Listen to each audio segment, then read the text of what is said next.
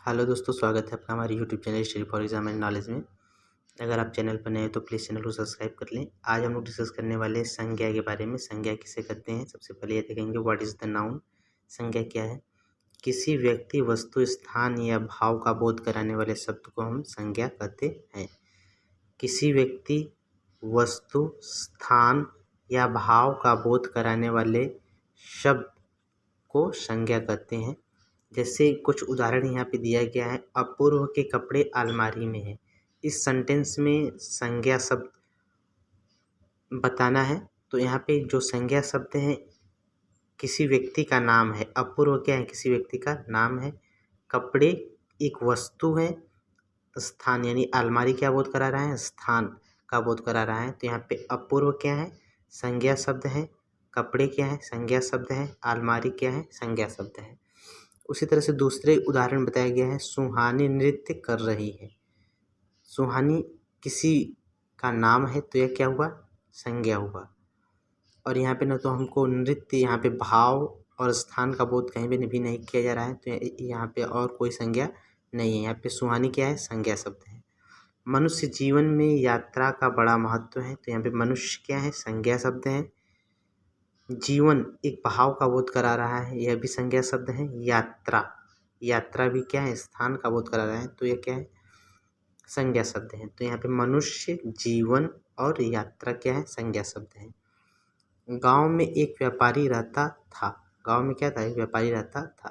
तो यहाँ पे गांव क्या है? एक स्थान का नाम है, तो यह क्या हुआ? संज्ञा शब्द हुआ। व्यापारी क्या है? एक व्यक्ति का नाम है, तो यह क्या हुआ? संज्ञा शब्द हुआ। बचपन से बुढ़ापे तक जीवन यात्रा चलती रहती है। बचपन से बुढ़ापे तक जीवन यात्रा चलती रहती है।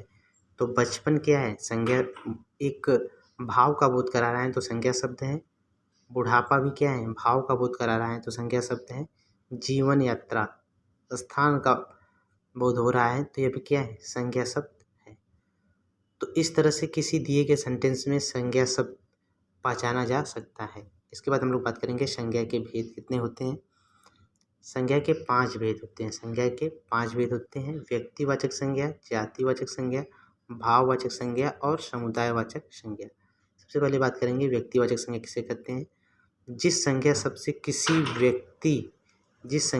किसी व्यक्ति विशेष, वस्तु विशेष अथवा स्थान विशेष का बोध हो, उसे हम व्यक्तिवाचक संज्ञा कहते हैं। यानी जिस संज्ञा सबसे किसी व्यक्ति विशेष, वस्तु विशेष या स्थान विशेष का बोध हो, उससे हम व्यक्तिवाचक संज्ञा कहते हैं। जैसे महात्मा गांधी क्या है? ये व्यक्ति विशेष है, तो यह व्यक्तिवाचक संज्ञा हुआ। उसी तरह से चंद्रशेखर आजाद, यह भी व्यक्ति विशेष है, तो व्यक्तिवाचक संज्ञा क्या लाएगा? ताजमहल जो कि एक वस्तु विशेष है। क्या है? एक वस्तु विशेष है, तो यह क्या हो गया? व्यक्तिवाचक संज्ञा। महाभारत भी एक वस्तु विशेष है, तो यह भी क्या हुआ? व्यक्तिवाचक संज्ञा। सोनीपत एक स्थान विशेष का नाम है, तो यह क्या हुआ? व्यक्तिवाचक संज्ञा। इसी तरह से दिल्ली एक स्थान का नाम है, तो क्या है? व्यक्तिवाचक संज्ञा। उसी तरह से जातिवाचक संज्ञा क्या है? जिस संज्ञा सबसे किसी जाति वर्ग का विशेष का बोध हो, उसे हम क्या कहते हैं? जातिवाचक संज्ञा। जैसे कुर्सी, कुर्सी एक कुर्सी जाति का बोध करा रहा है। वृक्ष सभी वृक्ष का बोध करा रहा है, तो यह क्या हुआ? जातिवाचक संज्ञा। पहाड़ सभी पहाड़ का बोध करा रहा है, तो क्या हुआ? जातिवाचक संज्ञा। नदी सभी नदी का बोध करा रही है, तो ये क्या हुआ? जातिवाचक संज्ञा। राजा सभी राजा का बोध करा रहा है, तो ये क्या हुआ? व्यक्तिवाचक, जातिवाचक संज्ञा। अगर हिमालय पहाड़, केवल एक पहाड़ की बात किया जाए, हिमालय पहाड़ अगर लिखा रहे, तो यह क्या होगा? व्यक्तिवाचक संज्ञा होगा। अगर एक वृक्ष का नाम लिखा जाए, तो क्या होगा? व्यक्तिवाचक संज्ञा होगा। उसी तरह से नदी, यदि गंगा नदी की बात की जाए, तो यह क्या होगा? व्यक्तिवाचक संज्ञा हो जाएगा। लेकिन जब नदी की केवल बात की जाए, तो यह एक जाति का बोध कराएगी, तो क्या होगा? जातिवाचक संज्ञा होगा। इसके साथ साथ ये वस्तुएं एक या दो नहीं बल्कि लाखों की संख्या में होती हैं। जातिवाचक संज्ञा क्या होती है? एक दो नहीं, लाखों की संख्या में यह होती है।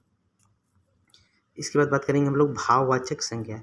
जिस संज्ञा सबसे किसी व्यक्ति या वस्तु के गुण, दोष, धर्म, व्यवहार या दशा का बोध हो, उसे हम क्या कहते हैं? भाववाचक संज्ञा। जैसे कि ईमानदारी, वीरता, क्रोध, मूर्खता, मोटापा, मित्रता, पशुता, ये क्या है? यह भाव का बोध करा रहा है। ये सभी शब्द तो ये क्या होंगे, भाववाचक संज्ञा।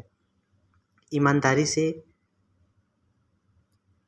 एक व्यक्ति के गुण का बोध हो रहा है तो क्या होगा, भाववाचक संज्ञा। वीरता भी व्यक्ति के गुण का बोध करा रहा है, क्रोध भी, मूर्खता, मोटापा जो है, मोटापा, बुढ़ापा, मित्रता, ये सभी क्या है, ये सभी एक भाव का बोध करा रही हैं तो क्या होंगे, भाववाचक संज्ञा कहलाएंगे। उसी तरह से समुदायवाचक संज्ञा क्या है, समुदायवाचक संज्ञा जिन शब्दों से समूह या समुदाय का बोध हो उसे हम समुदायवाचक संज्ञा कहते हैं। समुदायवाचक संज्ञा कहते हैं जैसे कि परिवार, परिवार क्या है, एक समूह का बोध करा रहा है तो यह क्या होगा, समुदायवाचक संज्ञा।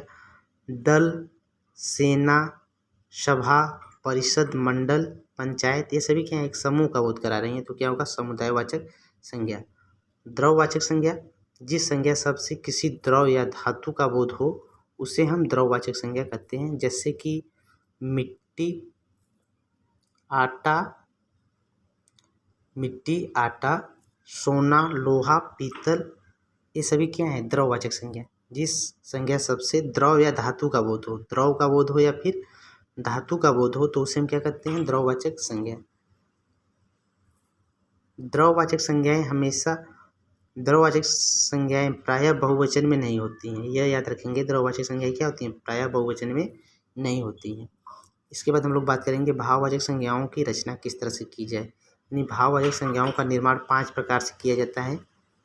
एक जातिवाचक संज्ञा से भाववाचक संज्ञा का निर्माण हो सकता है सर्वनाम शब्दों से, विशेषण शब्दों से, क्रिया शब्दों से और क्रिया विशेषण शब्दों से। जैसे कवि एक जातिवाचक संज्ञा है, यानी जातिवाचक संज्ञा से भाववाचक संज्ञा किस तरह से बनाया जाए। कवि क्या है, एक जातिवाचक संज्ञा है तो कवि का क्या हो जाएगा, कवित्व। विद्वान क्या हो जाएगा, विद्वता।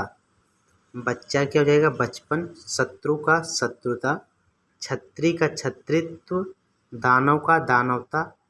सेवक का सेवा। राष्ट्र का राष्ट्रीयता। इस तरह से हम जातिवाचक संज्ञा से भाववाचक संज्ञा का निर्माण कर सकते हैं। सर्वनाम से जैसे कि नीच, नीच क्या है, एक सर्वनाम शब्द है तो इसका भाववाचक निजता हो जाएगा।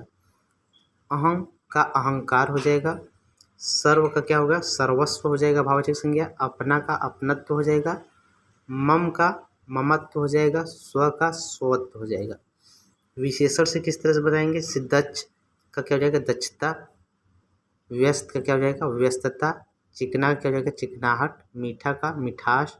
कठिन का कठिनाई। इस तरह से हम विशेषण से भाववाचक संज्ञा का निर्माण कर सकते हैं। क्रिया से जैसे कि दौड़ना क्रिया शब्द है तो दौड़ना का भाववाचक संज्ञा क्या होगा, दौड़ होगा। जीतना क्या होगा, जीत हो जाएगा भाववाचक संज्ञा। हंसना का क्या होगा, हंसाई। बचाना क्या हो जाएगा, बचाव। पूछना का पूछा। इस तरह से क्रिया से हम भाववाचक संज्ञा का निर्माण कर सकते हैं। क्रिया विशेषण से समीप का क्या हो जाएगा, समीपता। शीघ्र का क्या होगा, शीघ्रता। निकट का निकटता। और सहज का क्या हो जाएगा, सहजता। तो इस तरह से हम लोग भाववाचक संज्ञा का निर्माण करते हैं। आशा करते हैं कि आपको वीडियो पसंद आया होगा। वीडियो पसंद आए तो वीडियो को लाइक करें। Thanks for watching.